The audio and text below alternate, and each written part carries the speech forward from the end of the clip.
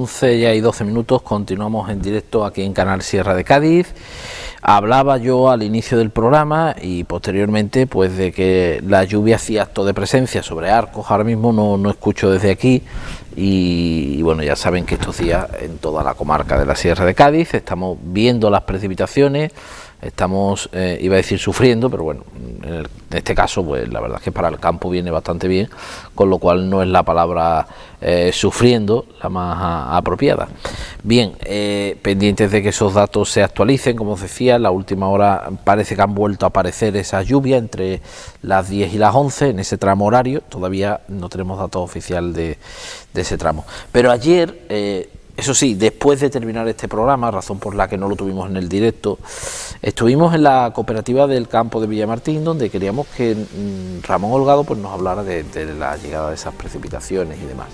Nuestro compañero Juan Manuel López estuvo con él, ya digo, no es una conexión de ahora, es un asunto del que hablamos ayer y que vamos a rescatar ahora porque consideramos que está de tremenda actualidad, que sigue la lluvia.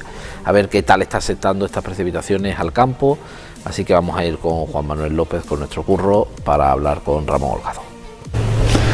Bueno, y esta jornada que estamos viviendo de lluvia, lo primero que están viniendo bien para el incendio, como ya hemos comentado, para el incendio de Málaga, de la Sierra Bermeja, pero también le está viniendo muy bien al sector primario de la economía, a una de las bases de la economía, como es la agricultura, y para eso estamos con el presidente de la cooperativa del campo de Villamartín, Ramón Holgado. Ramón, buenos días. Muy buenos días. Bueno, sí, con respecto a la lluvia, hombre, que efectivamente la estamos celebrando, ¿no? De que esté, y sobre todo que esperemos que sea copiosa, sobre todo porque son las primeras aguas. Entonces, para que te surta un efecto a nivel de la agricultura y de la ganadería, pues hace falta que caiga un mínimo de agua. A partir de los 40, 50 litros de agua es cuando, como ya decimos nosotros en el campo, que ya tiene el año agrícola, tiene las ruedas puestas.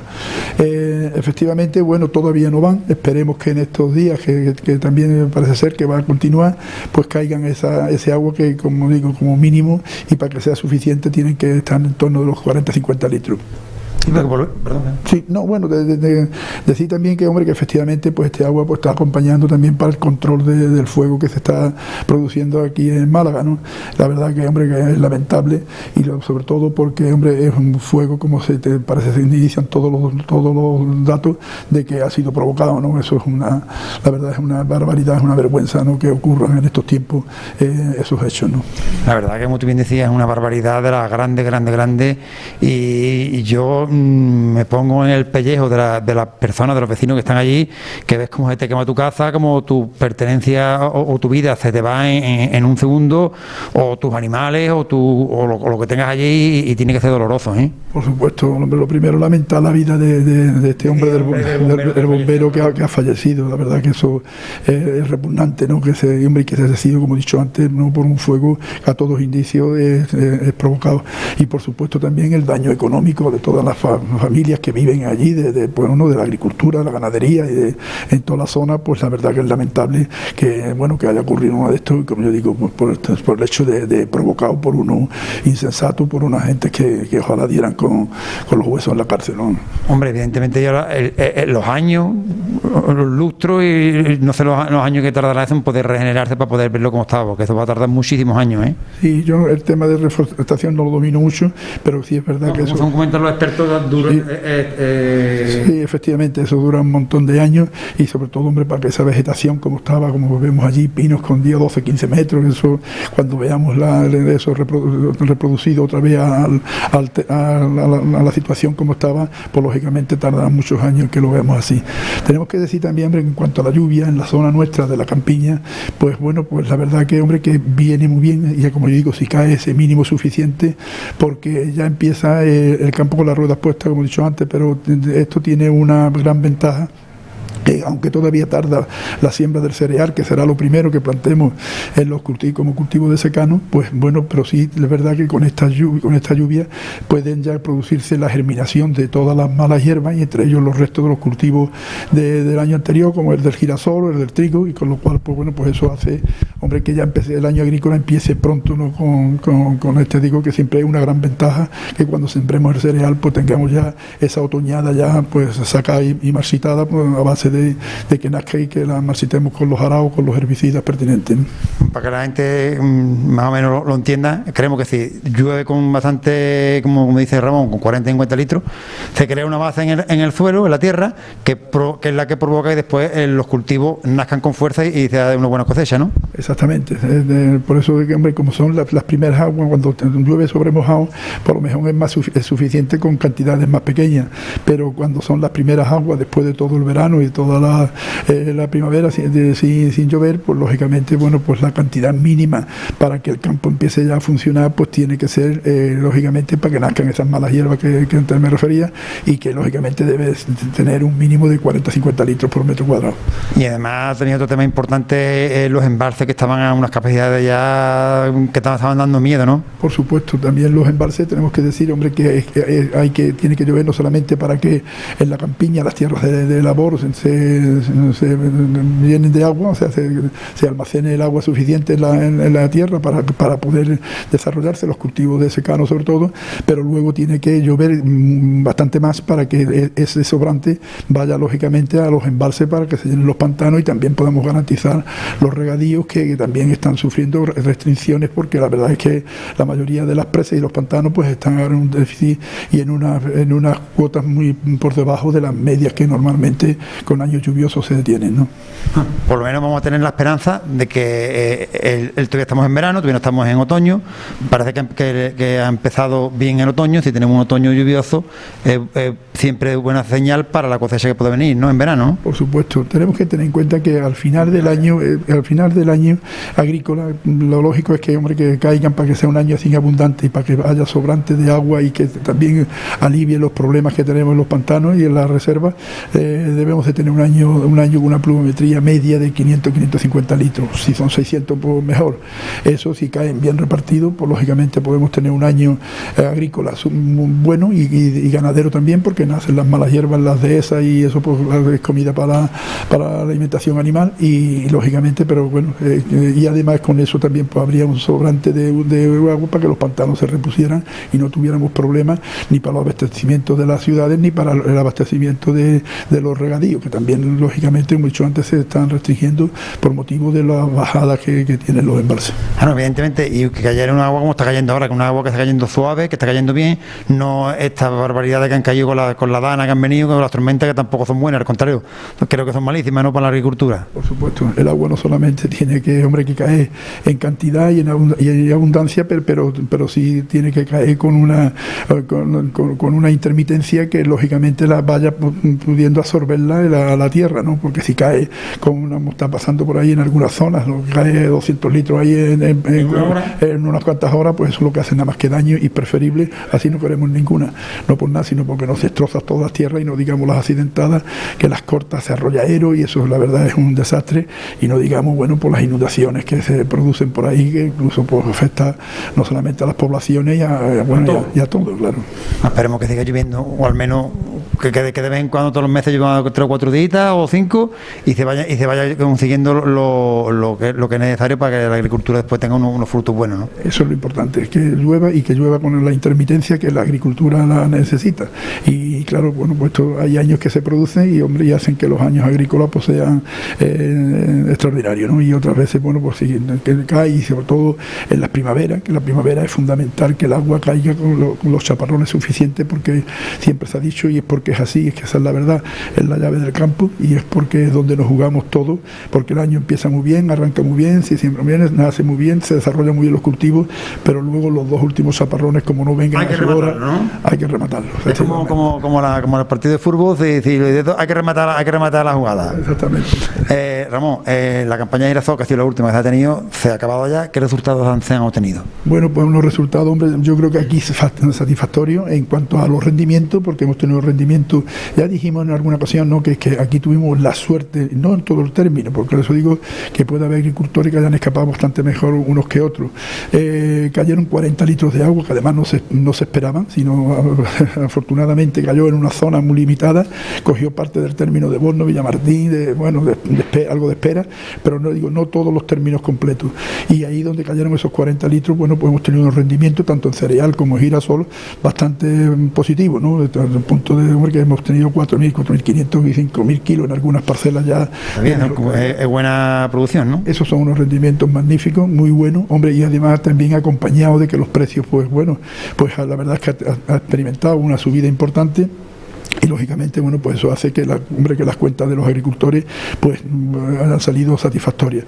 Sí tenemos que decir que los precios, hombre, han subido mucho, pero sí es verdad en el caso de los cereales y no digamos en el trigo duro, pero que lógicamente esto no lo ha aprovechado el agricultor, no por nada, sino porque claro, el agricultor una vez que termina su recolección de su cereal, pues lo que quiere es ponerlo en el mercado a la venta y venderlo al mejor precio posible en esa fecha. La verdad es que la mayoría o muchísimos agricultores vendieron a los precios que entonces estaban y luego, bueno, pues a partir de esa fecha es donde se ha experimentado una gran subida, pero que ya digo que va a ser una ínfima porcentaje de agricultores los que van a aprovechar esos precios ya tan altos como tenemos ahora mismo en la actualidad. Y hablando de precios, y por dar una pincelada, ¿cómo está el tema de la paz, Ramón? El tema de la paz, bueno, en cuanto al tema de la paz, estamos ahora en una fase donde ya se están determinando ya cosas muy importantes, como es el tema del agricultor activo, como es el tema del agricultor activo y el tema de los ecoesquemas. Esos son novedades nuevas que tiene la futura paz para aplicarse a partir del 2023 y para ello, hombre, ya que aprovecho este micrófono, esta oportunidad que me dais para deciros que el día 15 vamos a celebrar en nuestra cooperativa la Asamblea General. La Asamblea General el día 15 y luego a partir de que terminemos nuestra asamblea pues va a intervenir el presidente de Asaja y el secretario general, tanto Pedro Gallardo como Luis Ramírez. Y ellos nos van a explicar todas las novedades porque todavía están en negociación la mayoría de las cosas, no hay todavía nada definitivo, pero creo que antes de final de mes se van a ya a determinar, con lo cual pues van a poder informar de un tema que va a ser muy interesante y desde aquí animo a todos los agricultores que después de nuestra asamblea vengan a escuchar la asamblea informativa, que va a ser muy interesante y que debe estar el agricultor, pues ya digo, bastante bien informado para que sepa lo que tiene que hacer en su explotación en función de la información que se le dé. Recibiendo el día 15 de octubre, ¿no? Tenéis una asamblea para aquí, la asamblea que tenéis todos los años, bueno, casi todos los años, creo, ¿no? En la cooperativa del campo y posteriormente vendrá el presidente de Asaja y el secretario para informar de algo relacionado con la PAC, ¿no? Nosotros tenemos la asamblea general, que es donde llevamos el orden del día y la aprobación de las cuentas y otros puntos más, y una vez que lo desarrollemos, pues a continuación damos paso a la charla informativa, ¿no? Ya digo, el presidente estará aquí y el secretario general para informarnos del tema de la paz. Yo animo a todos los agricultores que vengan porque va a ser muy interesante y los cambios van a ser muy novedosos y además ya concluido y ya de forma definitiva, con lo cual pues esa información va a ser muy veraz de lo que se diga y lógicamente el agricultor debe estar muy interesado en saberla y conocerla antes que después. Bueno, pues nada, Ramón, en días venideros vendremos por aquí más para que nos vayas ampliando un poquito más información sobre esta asamblea que se va a celebrar aquí en la cooperativa del campo para todos los agricultores que son socios de la cooperativa. Me imagino también que si alguno no es socio y quiere venir a oír lo que dicen los compañeros de Asaja, también podrán venir, me imagino, ¿no? Por supuesto, la asamblea general, bueno, lógicamente es para los socios, claro, pero para los socios también puede venir cualquier persona que nosotros invitamos, pues tenga interés, claro. Nosotros no tenemos reparo en invitar a cualquier persona que quiera hacerlo, pero a partir de la asamblea, lógicamente luego lo otro es una sala informativa a todos los agricultores y ganaderos en general, como cualquier persona que quiera, que tenga el interés de venirlo y escucharlo por estar informado.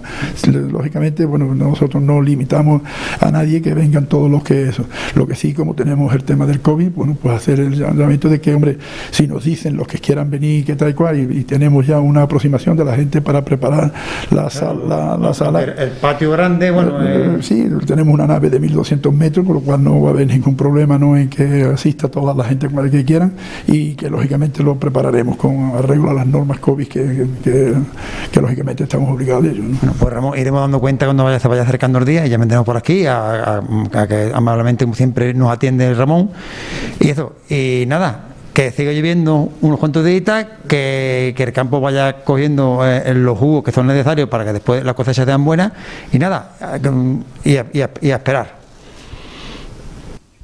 Bueno, pues en nuestra día curro también con Ramón Holgado cómo está sentando esas lluvias en el campo, además de otros temas como ven, que son de actualidad interesantes para nuestra agricultura. Bien, ahora vamos a irnos hasta Arcos, donde Pedro Sevilla, esta semana ración doble de nuestro compañero Pedro Sevilla, pues tiene una entrevista, yo creo que interesante, que la van a ver, relacionada con el mundo de la pintura, hablando en concreto con Ana Guerrero. Vamos a escuchar tanto a Pedro Sevilla como a Ana. Desde el viernes 17 de este mes de septiembre hasta el 10 de octubre, en el patio del Mayorazgo, del Palacio del Mayorazgo, podremos contemplar la nueva exposición de la pintora arcense Ana Guerrero, que se titula Un recodo en el camino. Estamos con ella aquí bajo las lluvias, bajo las primeras lluvias de septiembre, para que, si no llueve demasiado y nos obliga a escondernos, nos cuente en qué consiste esta exposición. Pues esta exposición viene del trabajo hecho en la pandemia y consiste de 4 series, una sobre bodegones, una serie sobre bodegones, paisajes, retratos y, bueno, en fin, las dos... bueno, y un perrito que tengo que se llama Teddy, que es como de la familia. Es una serie sobre mi perro y sobre toda mi familia junto a nuestro Teddy. Así que ver va a tener un lugar en la exposición. Ha hablado de que es un trabajo efectuado durante la pandemia. ¿Cómo ha repercutido en artistas como los pintores que bueno, su arte es copiar lo que ven, cómo ha repercutido ese tiempo de clausura en el que lógicamente no hemos podido salir, no hemos podido ver la naturaleza en directo? O sea, ¿ha sido un inconveniente el hecho de tener que estar enclaustrada para la pintura? Vamos a ver, el inconveniente más grande que yo he tenido en la pandemia, Pedro, ha sido no poder ver a mi gente. Pero después el arte, como siempre, viene y me salva. Así que se puede decir que mi salvación ha sido el arte y ha sido la pintura. Estupendo.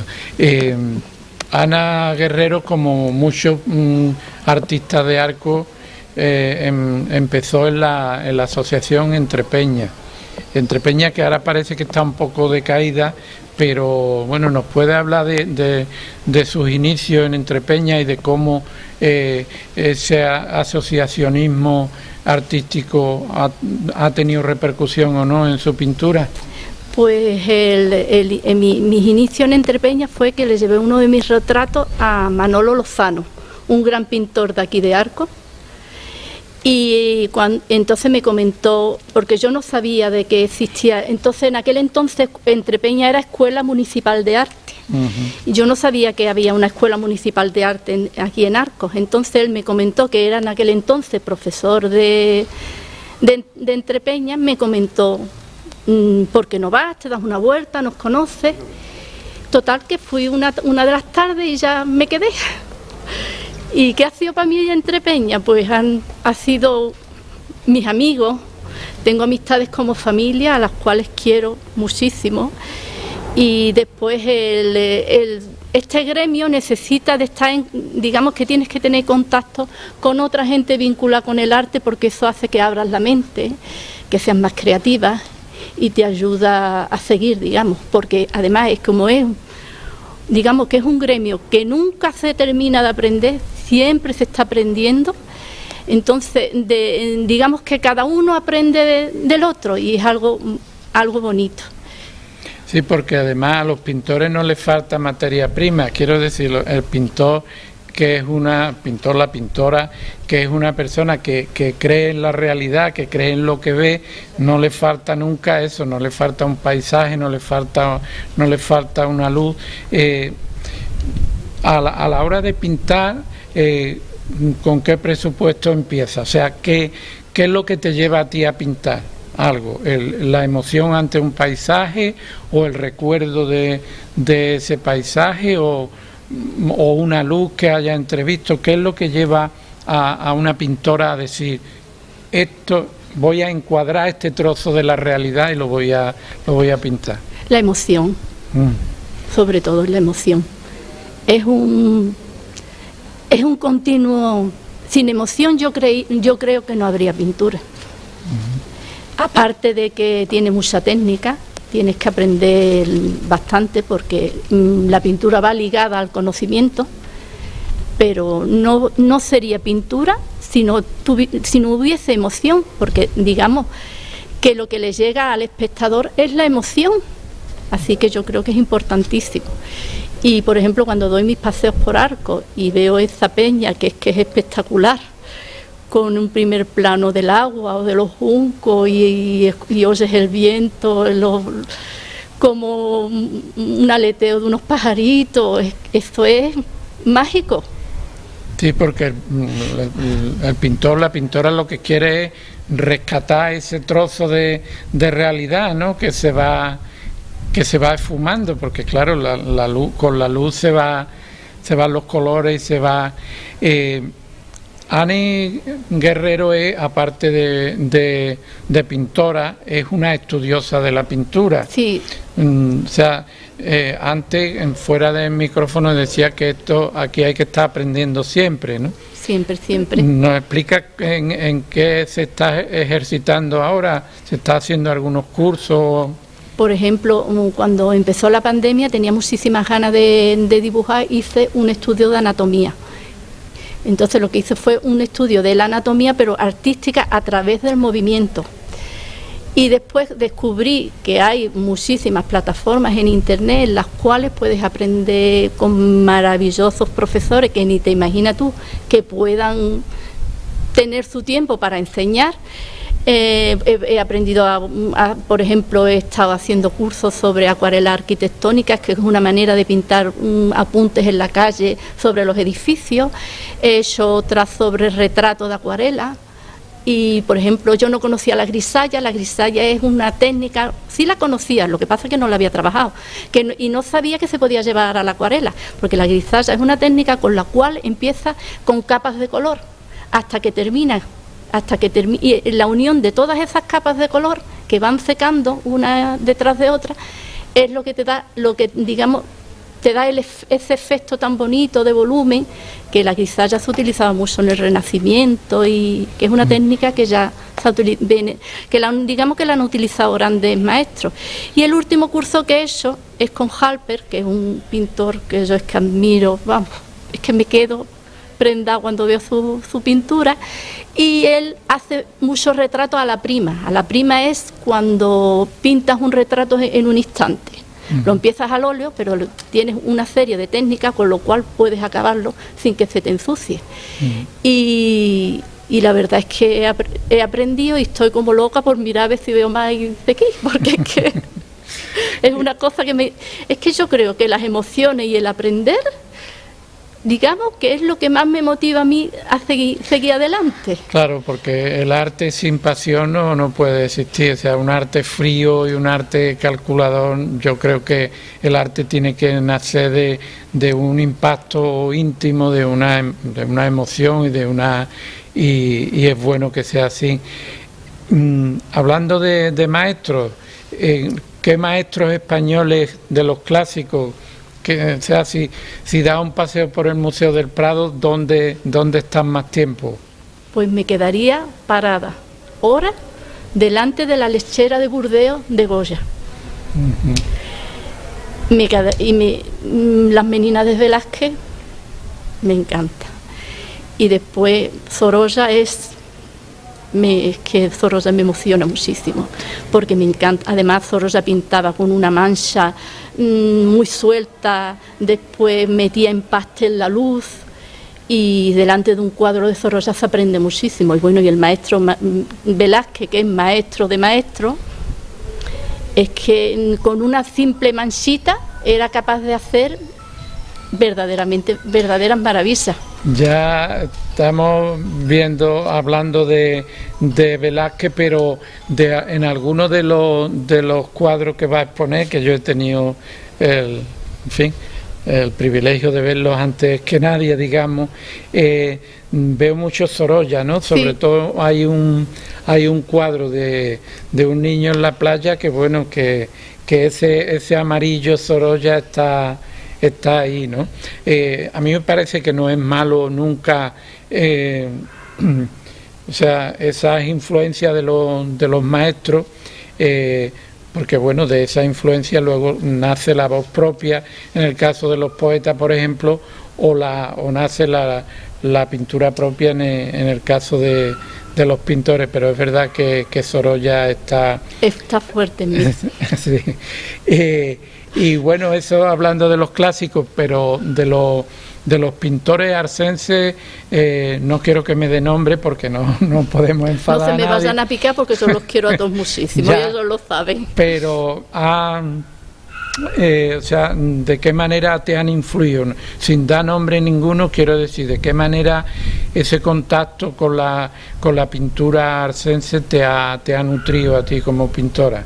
Pues me ha nutrido porque he visto el amor que ellos tienen por pintar arcos. Porque yo era de las que decía, yo no voy a pintar arcos, ¿por qué no? Y estaba total, cuando yo empecé, que cuando empiezas en algo que te cree que tú lo sabes. Sí, es muy típico. Y estamos equivocados. Sí, estamos equivocados, nos morimos sin enterarnos de la mitad, sí.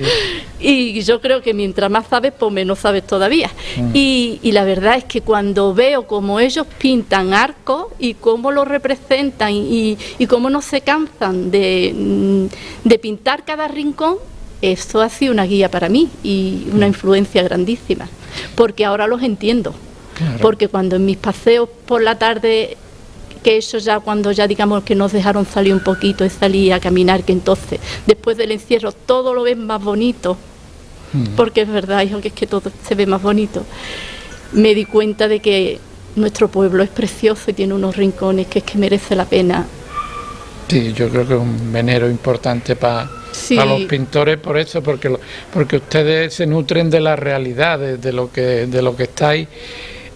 Volviendo a la exposición, que es lo que nos trae aquí, me imagino que será todo un orgullo volver al Palacio del Mayorazgo, donde también tuvieron en Entrepeña su sede, ¿no? ¿Qué significa para una pintora arcense ver sus cuadros colgados en este Palacio del Mayorazgo, que podemos llamarlo también el Palacio de la cultura arcense? ¿Qué significa para una pintura? Pues eso, ver sus colores y su luz en las paredes. Para mí fue verás, que yo no creí que llegaría el momento. Que, a ver, yo no soy de creerme nada nunca. Entonces yo no creí que llegaría el momento de que yo diera el paso y de que pusiera mi trabajo aquí, donde tengo tan buenos recuerdos de mi Sol, de mi Loli y de mi Juan Villalá y de mi Rosa y de mi Antonia y de todos ellos, que son mi familia. Porque dice que la familia es la de la sangre y la que te vas encontrando en el camino. Pues y sí, ellos son la familia que me encontré en el camino, que me ayudaron tanto a seguir y sigo teniendo esa amistad tan grande con ellos, y este patio me trae tantos recuerdos porque ahí teníamos nosotros nuestro pequeño taller de cerámica y teníamos también una pequeña salita donde pintábamos juntos y claro, el patio para mí es esto, sobre todo. Pues estupendo, lo repetimos a partir del día 17 de septiembre. No se va a hacer una inauguración al uso por el tema del coronavirus, pero sí que habrá una rueda de prensa donde se presentará el trabajo y donde podremos asistir a esa emoción y a esa pasión por la pintura de la que ha hecho gala Ani Guerrero. Para terminar, bueno, y darle las gracias al cielo porque nos ha dejado, la lluvia nos ha dejado tranquilos, estas primeras lluvias de septiembre tan poéticas y tan pictóricas también, porque no sé, las primeras lluvias siempre nos traen recuerdos de infancia y recuerdos de... quería decir que eso, que para terminar, Ani, danos un motivo o dos para venir a ver tu exposición, o sea, por qué es bueno que los arcenses y los que no son arcenses vengan al Palacio a ver tu exposición durante todo el mes de septiembre. Es que, a ver... Puedes decir porque es muy buena, porque... Es que eso no me quiero decir sola, que soy muy buena, porque es bueno, que... pero tú di cómo lo has hecho y con qué intención. Pues ha sido una exposición donde he puesto muchísimas emociones en ella, muchísimas ganas de aprender y espero que vengan y la vean y les gusten, porque verdaderamente quien tiene que valorar tu trabajo es aquel que lo ve. Así que yo encantada de que vengáis a ver mi exposición y intentaré estar aquí hoy. Intentaré venir las más veces posible para que cuando vengan esté yo con ellos y que muchísimas gracias. Quiero agradecer a mi amigo Pedro, que nosotros también nos tenemos muchísimo cariño. Cierto. Que haya contado conmigo para este momento, que la verdad es que me ha encantado. Y a la Delegación de Cultura y a todos vosotros por estar pendiente de mí. Muchas gracias. Pues nada, muchas gracias a la pintora Ana Guerrero. Hemos tenido palabras, emoción, lluvia, campana, en fin, no nos ha faltado de nada. Desde el 17 de septiembre hasta el 10 de octubre, Palacio del Mayorazgo, exposición de pintura de Ana Guerrero. Todo un lujo que esté aquí y todo un incentivo para los arcenses y para las personas que vengan de fuera, para que puedan comprobar la vigencia y el esplendor de la pintura arcense actual. Muchas gracias, Pedro, hijo. Bueno, pues para nosotros es un placer contar con Pedro Sevilla como siempre y hoy con Ana Guerrero, a la que nos presenta el propio Pedro Sevilla. Con esto llegamos al final, muchas gracias por estar ahí. Recordamos, no hemos estado ahí pendientes, pero ya daremos datos en los próximos días que se va a hacer el inicio ya de manera más fehaciente. Hoy había ya inicio del curso escolar para los alumnos de secundaria, aunque me dicen que hoy es una especie de presentación y ya se queda para dentro de unos días el inicio efectivo del curso, así que les deseamos también que vaya todo bien, un curso que se inicia con un poco menos de inquietud que en otros momentos, ya que la vacunación también ha llegado a esos grupos de edades de los alumnos de secundaria, así que esperemos que eso pues ayude a llevar el curso. Muchas gracias por estar ahí. Mañana volveremos con más actualidad aquí en La Sierra, en directo a La Sierra, así que os esperamos a eso de las 10 de la mañana. Hasta entonces.